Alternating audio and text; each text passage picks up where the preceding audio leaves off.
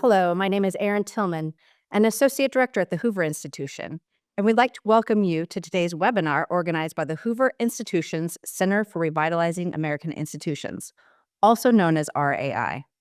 Today's session will consist of brief opening remarks from our panelists and a facilitated discussion with our moderator, followed by a period of where our panelists will respond to questions and answers from audience members. To submit a question, please use the Q&A feature located at the bottom of your Zoom screen. We will do our best to answer as many questions as possible. A recording of this webinar will be available at hoover.org/RAI within the next few days. RAI operates as the Hoover Institution's first ever center and is a testament to one of our founding principles, ideas advancing freedom. The center was established to study the reasons behind the crisis in trust facing American institutions, analyze how they are operating in practice, and consider policy recommendations to rebuild trust and increase their effectiveness. RAI works with and supports Hoover Fellows, as well as faculty, practitioners, and policymakers from across the country to pursue evidence-based reforms that impact trust and efficacy in a wide range of American institutions. To date, our webinar series has covered topics relating to transitions in the executive branch, trust in elections, and how polling helps us understand what is on the minds of Americans. Today, our focus is on American colleges and universities. This is a particularly relevant topic because post-secondary institutions have experienced some of the steepest declines in confidence in recent years. According to a 2023 Gallup poll, only 36% of Americans expressed a great deal or quite a lot of confidence in higher education, a feature that has dropped 21 points since 2015, 57%. It gives me great pleasure to introduce today's moderator, Brandice Canes-Wrone. Brandice is the Maurice R. Greenberg Senior Fellow and Director of the Center for Revitalizing American Institutions at the Hoover Institution. She's also Professor of Political Science and Professor by courtesy of Political Economics at the Graduate School of Business. She served on the faculty at MIT, Northwestern, and Princeton until several years ago, where we were able to entice her return to the farm. Now I'll hand it off to Brandice Canes-Wrone, who will introduce our guests. Brandice? Thanks so much, Erin. I'm delighted to introduce Lauren Wright, who's an associate research scholar and lecturer in politics and public affairs at Princeton University. Lauren is the author of multiple books, including Star Power, American Democracy in the Age of Celebrity Candidates, and On Behalf of the President, Presidential Spouses and White House Communication Strategy Today. Lauren's a frequent guest political analyst on TV, so you may recognize her. She's appeared on Fox News, CNN, CBS, C-SPAN, and the BBC, among many other outlets. She is a board member of the White House Transition Project and previously served as field representative for Meg Whitman's campaign for governor of California. Today, as Erin mentioned, Lauren will be speaking about her most recent research project, which is about an institution certainly close to my heart and close to home, universities. She's going to be discussing her new work, Tested, Why Conservative Students Get the Most Out of Liberal Education. And Lauren, you mean liberal education, not just in the liberal arts sense, but the politically liberal sense as well. So we're going to begin with Lauren describing an overview of her research as an introduction, and then I'll ask some questions of Lauren, and then we'll open it up to leaving a good bit of time for audience questions. Lauren, thanks so much for joining us today. Thank you so much, Brandice. Let me go ahead and share my slides here. And the point you made about terminology is great because you probably saved me about 30 seconds there on defining terms. I'm really excited to hear the feedback from the audience today and some of your questions. Thank you for having me. Just to get going here. So when freshman students arrive at Princeton, here we go, they're immediately confronted with something like this called a privilege wheel. And this example is from the University of Michigan, but a lot of these orientation exercises have cropped up at top universities across the country in recent years. So what is this privilege wheel all about? Well, I asked one of our conservative senior undergrads at Princeton about her experience with it. Her name's Danielle, and this is what she told me. She said, I signed up to be an outdoor action leader, so taking 17 and 18-year-olds hiking. And to do that, I had to do a training in a multi-purpose room with something called the privilege wheel, where you pick one aspect of your identity that defines you the most: religion, class, disability status. I think height was even on there somewhere. And you go in the corner of the room set aside for people with that attribute and talk about it. Normal people don't think like this. I was really uncomfortable, and I know other religious kids who were too. But Danielle also told me that being in the intellectual and ideological minority at Princeton was valuable for her. It caused her to question her own beliefs. And she elaborated like this: if I had gone to Christian college or a very conservative college, I never would have had to follow liberal students on Instagram. The first year for me here was like boot camp. I would read their Instagram posts in my head and then have to go back and forth. Why is that point they made wrong? Why do I disagree with it? Like, I hate it, but intellectually, what is the reason I do? Every single day I'm getting sharper and sharper, and they're not, because they're not hearing the other side. And it's like, in a lot of respects, I should be thanking these people in the end of the day, because I'm coming out so much more on top than they ever will or ever could, because they don't even have a chance.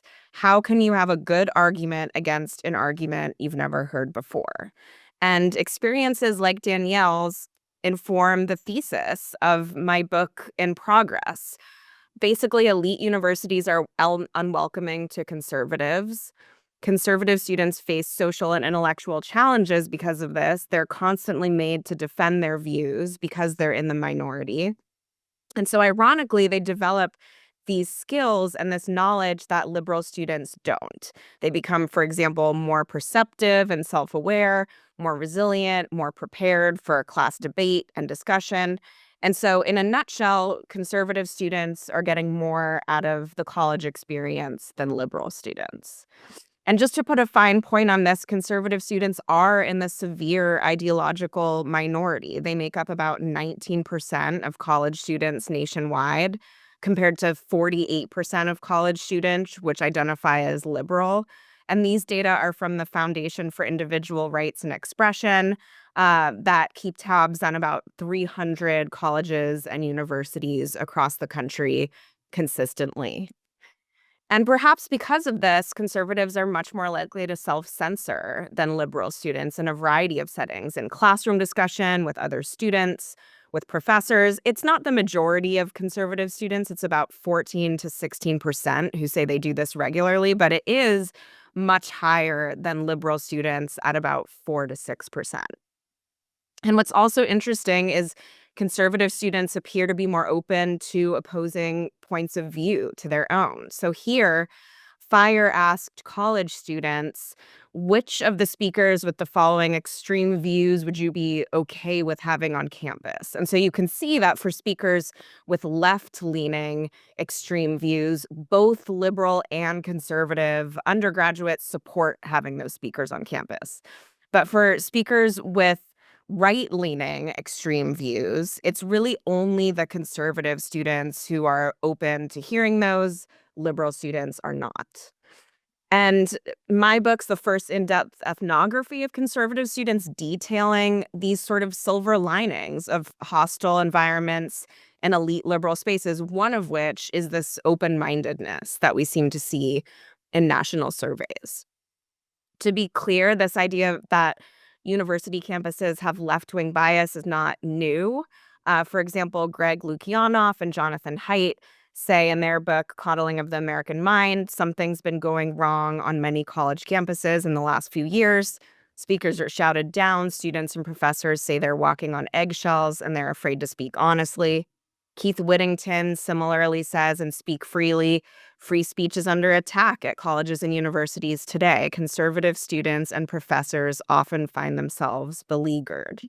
And Fox News even has an entire streaming series dedicated to the decline of Ivy League universities, and they put censorship of conservative thought at the center of that. But these accounts of universities as hostile to conservatism are incomplete. They don't include the firsthand experiences of conservative students. And part of that is conservative students are really guarded about sharing those. And they also don't explore this possibility that the adverse experiences of conservative students teach them to be more resilient and critical thinkers. And there's lots of reason to believe that this is what's going on. For one, there's decades of psychology research that show facing and overcoming challenges promotes well-being and cognitive growth, helps build resilience. And that's exactly what the conservative students in the interviews I conduct describe. They face adversity constantly, intellectually and socially. When they're asking questions in class, professors might dismiss or even demean them. Other students assume the worst or attack them, and they describe becoming socially radioactive. But in order to deal with those obstacles, conservative students become more calculating and self aware. They over prepare for class discussion. They become excellent at alternative perspective taking, and they ultimately express gratitude for the college experience and what they call real friendships. So I don't have time to go through the detailed plan for the book with you today. We could save some for the Q&A, but basically I'm planning for surveys with more of these descriptive statistics, establishing the experiences of conservatives and liberals on campuses are different. I'm planning for over 200 interviews with liberal and conservative students at the following institutions so far. And the reason that group of schools is good is they vary different positions, both on FIRE's free speech rankings and overall college rankings. And I also include some conservative schools where conservatives are in the majority in my sample. And there's a really interesting evidence of an opposite trend I hope we can talk about a little bit, where the liberal students are getting more out of their college education in those environments. And I've completed almost 70 interviews so far, pretty evenly split among conservative and liberal students. Again, I'm going to rush through the interview sample and protocol because I want to get to some quick examples of findings. But what I'd really like you to focus on here is that in these interviews with liberal and conservative students, when I ask them what they think about policy and politics, it's on their turf. So I'm asking them, what are your most important issues that you care about? What's your position on that issue? What's the best argument on the other side? What are the obstacles to your preferred policy passing? So it's really politically involved students being asked about their politics. And one of the most interesting findings is I see these gaps in knowledge on the students' self-reported most important issues, with conservative students excelling at counter arguments and liberal students really, really struggling in this regard. So let's take an issue that a lot of conservative and liberal students say is their number one most important issue: Israel-Palestine. Here's an example of a conversation with a conservative student on this issue. He said, if I were a single issue voter, it would be Israel. I asked, so you're pro-Israel? You think Israel has the moral high ground in the conflict? He says, yes, I think the way Israel has conducted itself in the course of the conflict actually demonstrates a commitment to protecting civilian life that's unmatched by any military conflict. If you look at the ratio of targeted strikes to casualties, it's better than the U.S. operations in Fallujah or Mosul against ISIS, for instance. I ask, well, what are the downsides to Israel's military operations? What's the best argument the pro-Palestine side has? And he says it's one I don't hear that often, which is that Israel's campaign in Gaza is just going to get more antipathy and more hostility toward Israel in the long run and breed more terrorism, and it's not going to set the population up in such a way that a two-state solution is viable. So you can see he has examples and evidence, and he's thought about both sides of the issue a lot. Here's how a conversation went with a senior that's pro-Palestine at Princeton, a liberal Princeton senior. He says, my roommates really know their stuff. We talk about issues sometimes for hours. I asked, what are the issues you're really informed on that you talk about the most? He says, the war stuff in Ukraine or in Israel. We talk a lot about that. I ask him what his views on the issue are, and he says, I think Israel is an apartheid state. Clearly, they treat Palestinians as second-class citizens, and there's no defending this callous medieval-style siege on Gaza where people are in an open-air prison and they bomb and tell them to leave. It's insane. I asked, what do you think Israel should have done instead in response to October 7th? And he says, that's where it gets tough. Obviously, they can't do nothing. That would show weakness, but I can tell you they should not have indiscriminately bombed. So this student, in contrast, says this is his number one most important issue, but he hasn't really thought much about the other side. And this trend is really widespread across different political issues. Um, just looking at the interviews I've conducted at Princeton so far, 22 liberals, 24 conservatives, it's really common for liberal students to fail to articulate a counter argument on their self-reported most important issue. It's extraordinarily rare for conservatives to fail to articulate a counter argument. And again, part of the reason I think is they're in the ideological minority. Some other differences gleaned from interviews: conservatives are more likely to attend events with speakers they disagree with. When they do speak up in class, they're much more likely to be challenged. They're more likely to have been excluded from a social group because of political beliefs. And they're more likely to experience attacks on social media as a result of their political views.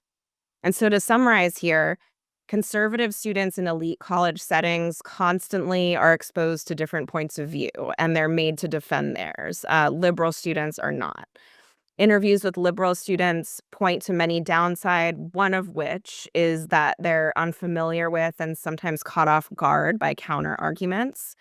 And interviews with conservative students point to many strengths and this sort of silver lining of an adversarial experiences. For example, resilience and intellectual development. And again, at the conservative majority schools I look at, liberals are the ones experiencing this.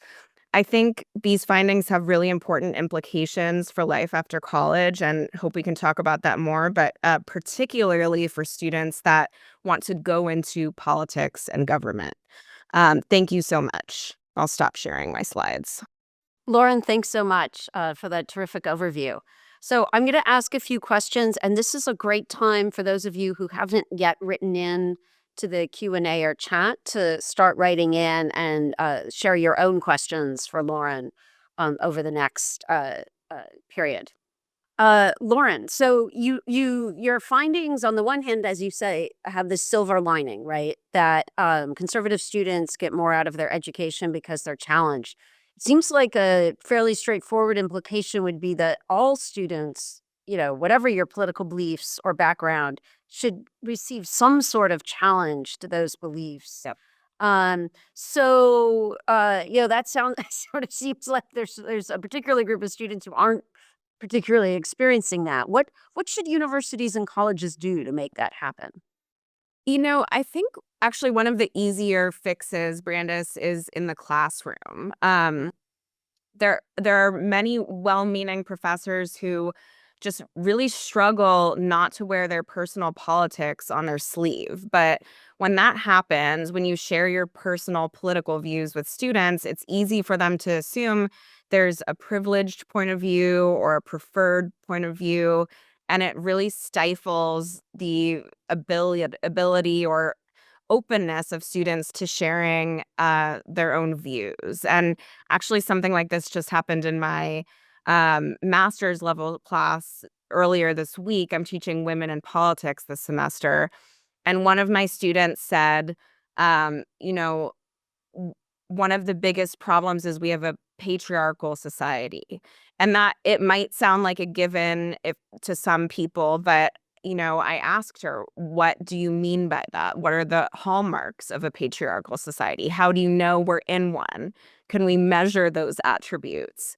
And if professors, I think, could try actively to make sure there's an environment where the students know, no matter where you're coming from, your premises, your beliefs, your assumptions will be challenged no matter where you are on the political spectrum, then it's easier for them to stop assuming that there's a preferred point of view. And that's just something we can all do in the classroom and try to be more careful of.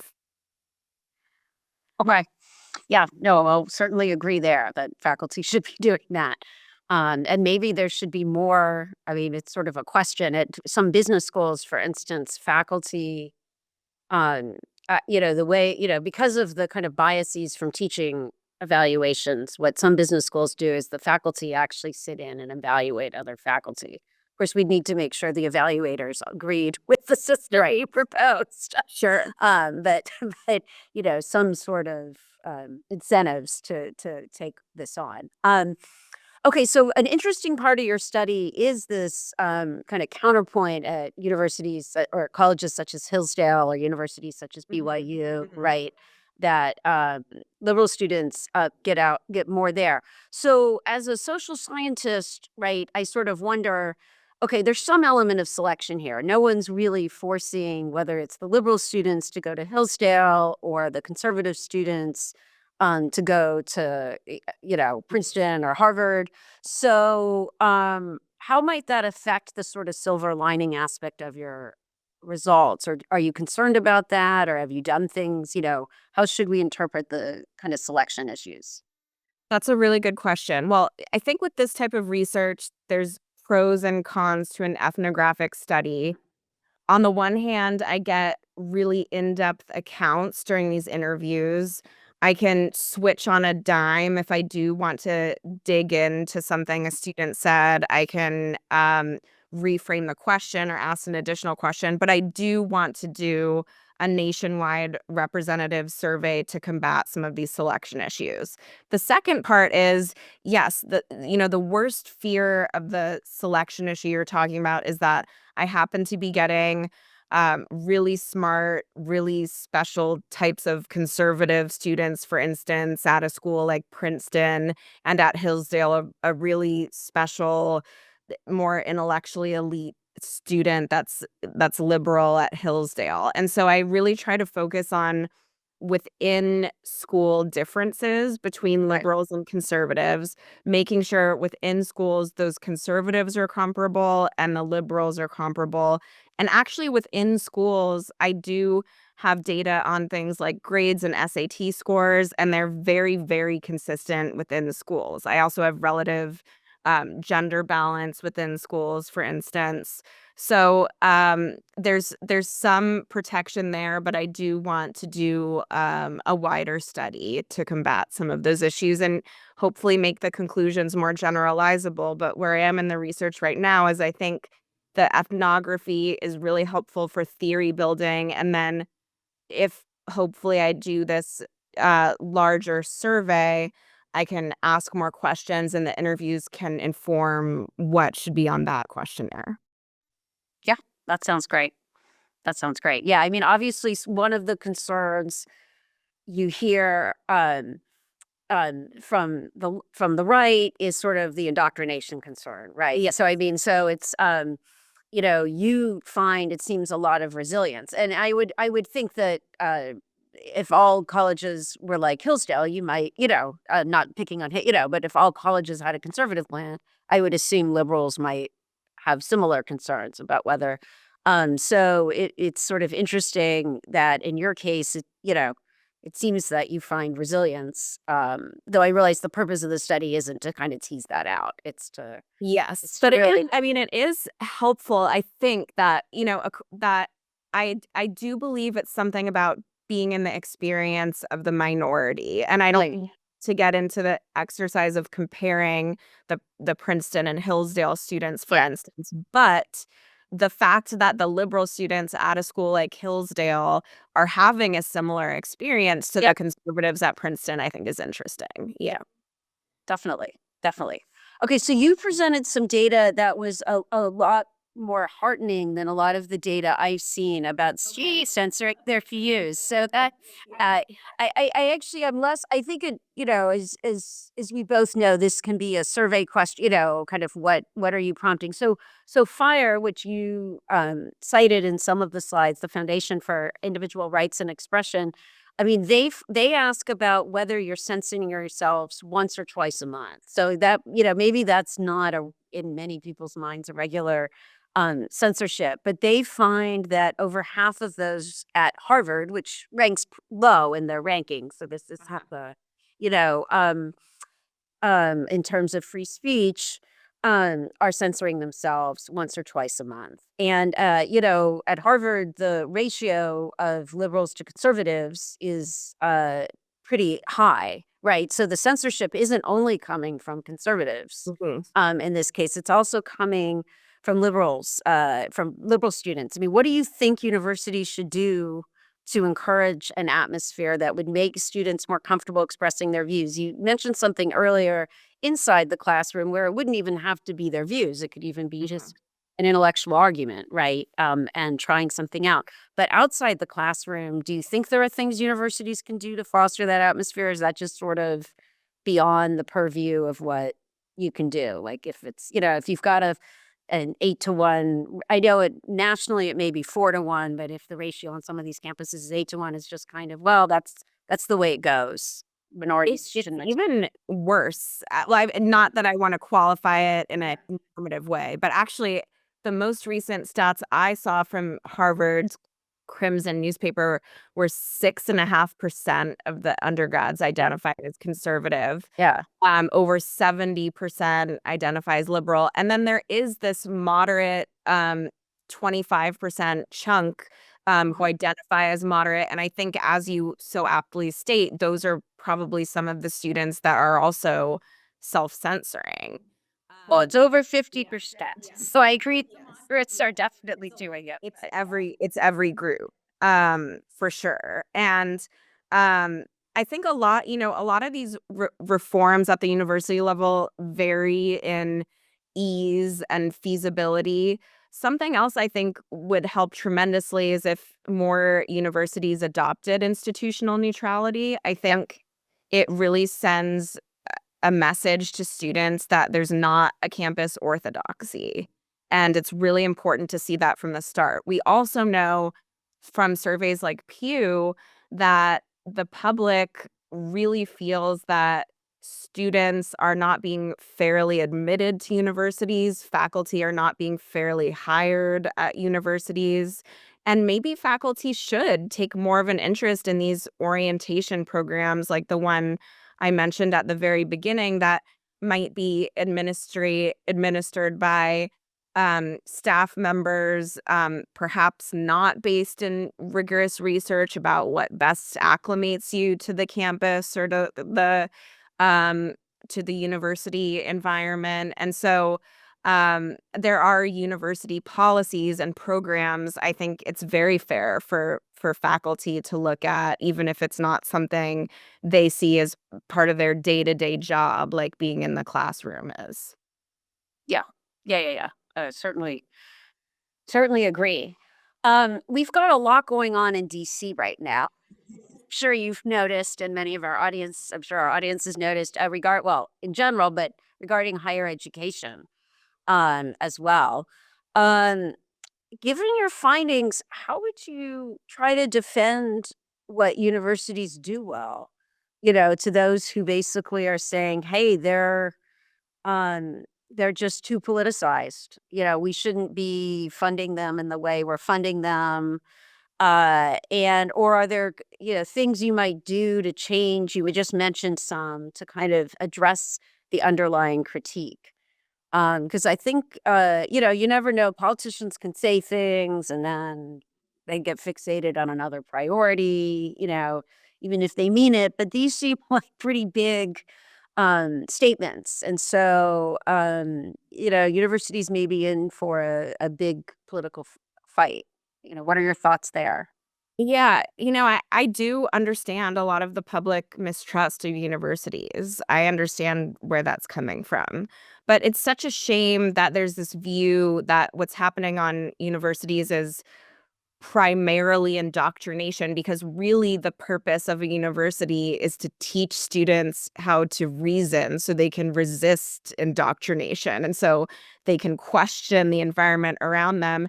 And there's no better institution to teach students how to problem solve. And that's what universities should be trying to convince the public that they're still good at doing, is building knowledge. And the way you do that is by teaching the scientific method, by teaching students how to build and evaluate evidence, and how questioning your own beliefs is part of that. And so I think if universities could get back to um, communicating both their value from an empirical research and knowledge creation stance, but also for the liberal arts universities that maybe aren't the R1 institutions, to talk about how they're teaching students how to think and how to evaluate other thinkers.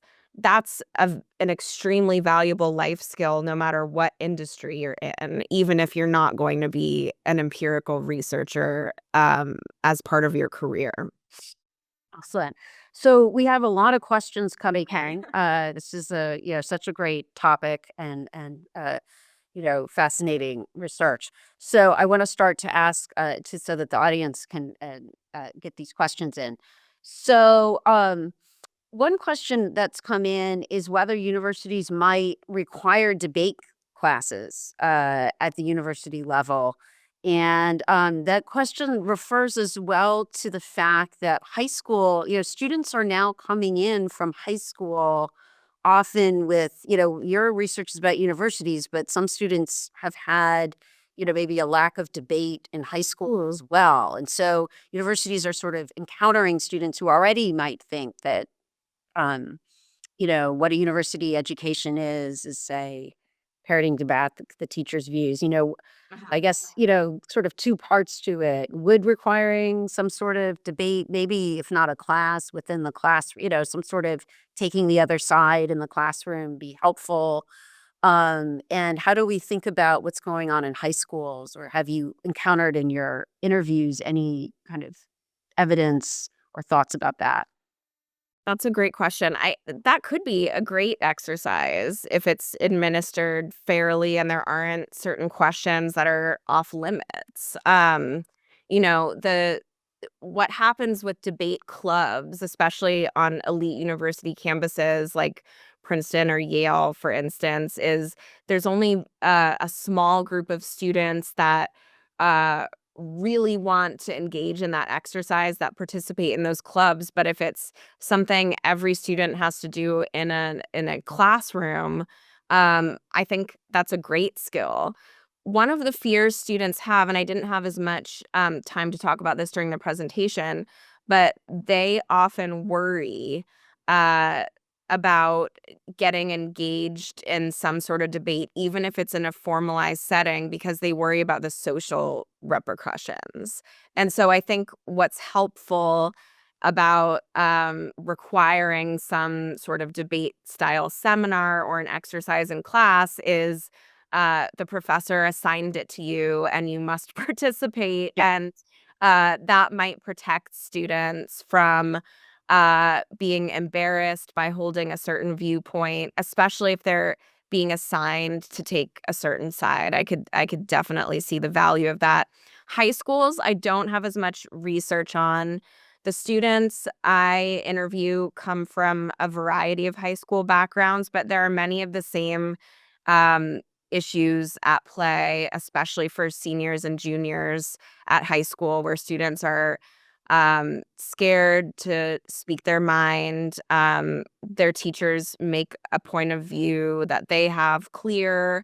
And so it's entirely possible this is getting started before students arrive at college. But for a lot of students, particularly that come from religious schools, they come to orientation and the progressive orthodoxy, as they describe it, is very shocking to them. And that's the first time they encounter it. Interesting.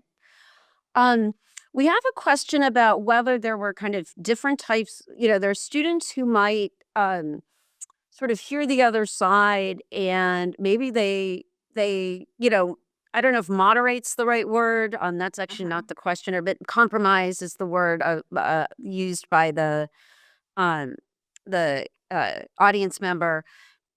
Right. We have a lot of polarization in this country, right? And there's some evidence in political science the polarization has increased over time. So, sometimes you think, well, hearing the other side might make you compromise in some way. Or are there is your evidence that basically the students come in with pretty fixed views, and hearing the other side doesn't really change their views at all. They just learn to argue. Or there is there variation across students? And that would be both at universities in your set, like Princeton. I'm trying to remember the set now, but Northwestern was in there. But also, at the BYU's, from the other side. So the students that have the most opportunity to change their views, I think, are the students that are in the intellectual minority and are hearing the other side. Um, One common fear, sort of about this research design that's related that I'll mention quickly is that, well, if you're silenced and you're self-censoring, how are you getting the benefit of anything? And I'm certainly sensitive to that sort of argument. But even if one group of students is secretly conservative, or maybe they're secretly liberal at BYU or Hillsdale, for instance, and they're just hearing the other side through osmosis, they go through this mental process they describe in the interviews where they might be embarrassed to speak out, but on their own time, they're thinking through why don't I agree with what I heard? And what do I think the best argument is on the other side? And so even if there is a culture of indoctrination at the most extreme level, the students in the ideological minority are getting the benefit of hearing what the other argument is, and cognitively on their own time, they're getting stronger. The problem is at these elite universities in particular, there's so few conservative students and so few conservative views, that for most students, they're surrounded by people they agree with. And so if their views change and you're progressive, at a progressive institution, for instance, your views might be getting hardened because you don't even hear the other side. And so you might end up in a place where you came in thinking, I basically feel this way on this issue, but I'm not quite sure. And then you come out thinking, actually, this issue is the questions being posed are so dangerous, I shouldn't even consider them. And you come out even more in favor of censorship and that certain questions shouldn't be asked. And that's what I see with a lot of the liberal students at Princeton. And actually, after I wrote an op-ed in the Atlantic summarizing my research, one of the students at Princeton wrote an op-ed in our campus paper, and her argument was that certain conservative beliefs are so harmful that we should take them very seriously and we should not engage with them at all. And that's how a lot of the progressive students feel. And they're surrounded by people that they agree with. That was a little bit of a roundabout answer. Okay. No, terrific. Thanks. Sorry. No, that's okay. That's okay. I want to ask. This is well. First, let me shift gears, and then I want to come back to this because I think there's some follow-up questions from the guests, and then and I want to focus on the audience rather than my own here. But someone's asked something about sort of how to think about the organization of universities and whether the board of trustees plays an important role. This is the quote: "The administration and faculty are hopelessly lost in their liberal orthodoxy." This is not specific to any university, but they're saying, I mean, so should the board of trustees take a more active role on this issue at campuses? Do you think that the faculty, are you more hopeful than the audience member that the faculty and administration might reform from within? Um, what are your thoughts? Yeah, I mean, the delicate balance is between the academic freedom faculty have to do and say and teach what they want, and um, protecting the reputation of the school and the culture of the school. And that's exactly the argument William F. Buckley made in Got a Man at Yale, if you remember that book, Yeah. going way back when, is he argued that it's really for the trustees and the donors to protect the reputation of the school. Many of them went, they're alumni, they care, and there's nothing wrong with the people that go to a school sharing the particular culture of that school and its traditions and standing up for Western institutions and standing up for capitalism. And so he saw a very active role for the Board of Trustees. So that's definitely an argument that's been espoused before. But I think there are other things faculty can do, administrators can do that can start to fight this mistrust that the public has of universities. I was looking at a Pew survey the other day, for instance, and the public views on what should be important when you're admitted to college are completely different from faculty views on what should be important when you're admitted to college. The public thinks SAT scores, grades, and community service should count. Faculty really believe that identity-based factors should count. Essays, letters of recommendation, they put more emphasis on those things. And so I think there's some compromise to be made there. But any active, vibrant university has a role for the trustees to play and for alumni to play. That's an argument I've heard before. Okay, and we have a question. This noting the audience member notes that this may be outside the scope of what you've studied. Okay. Do you think the more extreme views of the majority political views on campus have led people to identify as moderate? And so they shift how they would have identified before entering college. And the audience member doesn't specify, but you could see this going in two ways I could think of. One is simply that they thought they were liberal, and then they see what these extreme views are. Whoa, I guess I'm really moderate because relative to them, I'm actually moderate. So these are actually liberal from the national point of view. Another would be, I'm almost afraid to identify as a conservative, right? Because now I'm in this beleaguered minority, and I'm going to face possibly social ostracism of some sort or some sort of social exclusion. And so being moderate's more acceptable. So you think that kind of either of those could inflate the moderate estimates in some ways? Yeah, it's very interesting because it's almost always, at least at the elite schools I'm looking at, that a much larger percentage of students identify as liberal than do moderate. And so you would think like this moderate percentage would be growing and most students would just flock to that category, but that's not really what's happening. Most of them are progressive or liberal, self-identifying.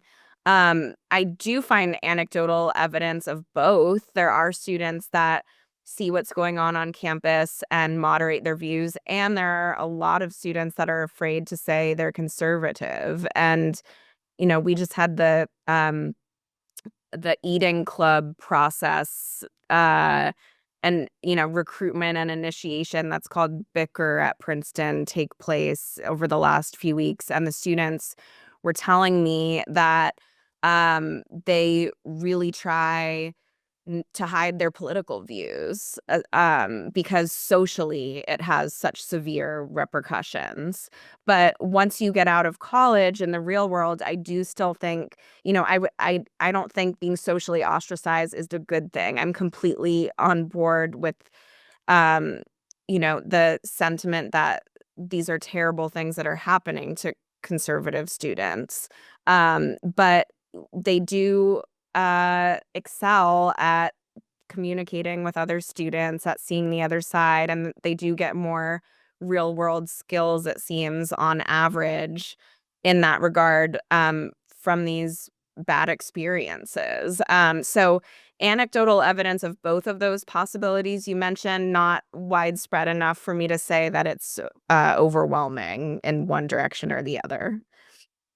Uh, Related to students' views, there's a question about how much of the liberal undergraduate perspective is just the fact that undergraduates don't have a lot of real life experience in terms of having to earn a living. And so that actually some of the, I mean, doesn't negate any of your findings, but that some of these liberals are actually going to become conservative or moderate uh, in the not too distant future. Or I realize that may be outside the scope, but have you read anything that comments on that?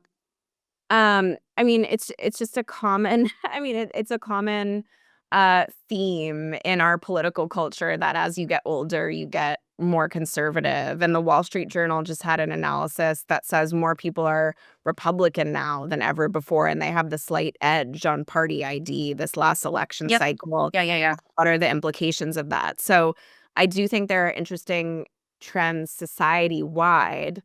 I'll also just mention, I think for a lot of these students and um it's I think it's a strength of the research design, and it speaks to the applicability of it, that most of the students I'm interviewing are interested in going into politics or government. So actually there are pretty severe implications for these differences, and I think a lot of them are unfolding on the Democratic side. If you look at, you know, Harris's campaign, for instance, it was staffed by a lot of these Ivy Plus graduates. She had certainly professors from Ivy Plus universities advising her.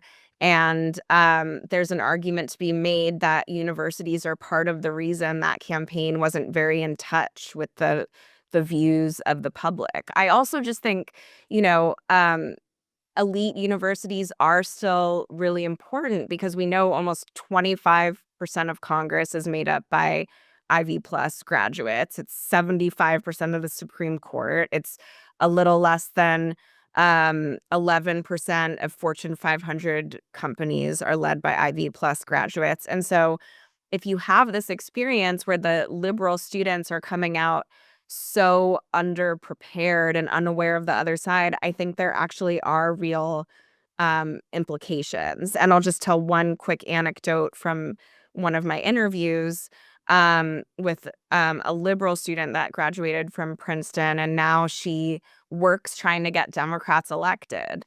And she said during our interview, I've cut off all contact with Trump voters in my life. It's just a values difference.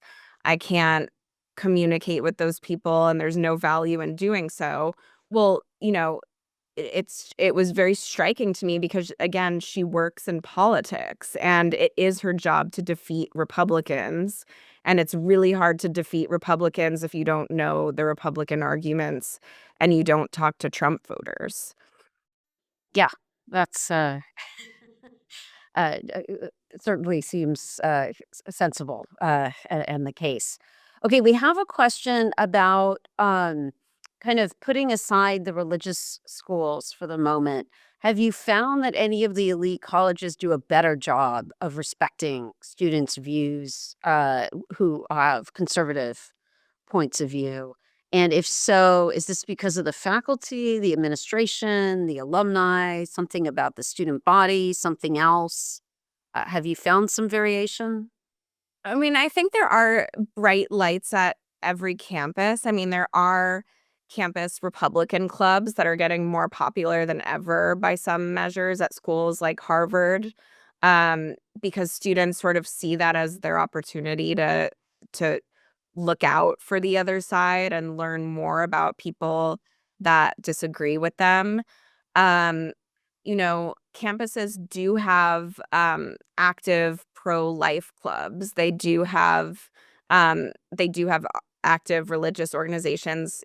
Princeton has both an undergraduate wing of the Federalist Society And we have programs like the James Madison program, and certainly Stanford has its own version of these sorts of clubs and associations. And so I would say at every school there are opportunities to combat this, but students have to be very active in seeking those out. And that would just be my advice for any undergraduate looking to sharpen their views, to make sure they're getting the most out of their education, is the responsibility is really on them to go to the groups that they disagree with to hear the other side, because it might not happen right away in the classroom. It's really hard to change university policy, but if students take the responsibility on their own shoulders and really try to be open and really try to go to speakers they disagree with, for instance, then that's something they can immediately do. That doesn't require any institutional change. Yeah, your comment reminded me. I know Robbie told me, George, who runs the James Madison program, told me there was it was a few years ago, where either a liberal publication or in a publication, even if it was a general one, liberal students said, don't join the James Madison program because that's what people do just to get great jobs after How university. And terrible. Robbie Yes, said yeah. it was as if he had planted it. They never had so many students want to join the James Madison program. He had not planted it. It was this year. They were saying you're a sellout. And that was a great recruitment mechanism. So if only people could plant these comments. Well, actually, it is an important point. There's a lot of, and I've encountered so much of this in my interviews, there's a lot of judgment that students cast on one another for what they do after graduation. And one of the problems the students tell me at Princeton is if you do pursue a career in business or consulting, or you want to go to medical or law school, there's a judgment that happens by your progressive peers where they think you're profit seeking, and there's a social judgment associated with that. And there is a cost to joining the James Madison program socially at Princeton that some of the conservative students have told me about. And one of my most talented liberal students joined the program to try to hear some arguments on the other side and to meet more conservative students. And he said he was immediately judged, and people said, but you're just doing that as an exercise, right? You're not actually conservative. And it was very concerning. And it's unfortunate because if you're not a student that can withstand that kind of social pressure, Right. Obviously those are obstacles that are really hard to combat. And college students have a lot going on in their personal lives too. So yes, there's a lot of judgment across students for sure, in a lot of these ways, unfortunately. Related to these postgraduate plans, there's a question about whether your research points to students' postgraduate plans being altered by their undergraduate experience, and whether they're now more interested in careers related to their views on political or policy issues because they're being challenged or crystallized. But maybe, they started as a STEM major, but they're now heading to law school, would be an example because they were compelled by their experience. Do you see any of that?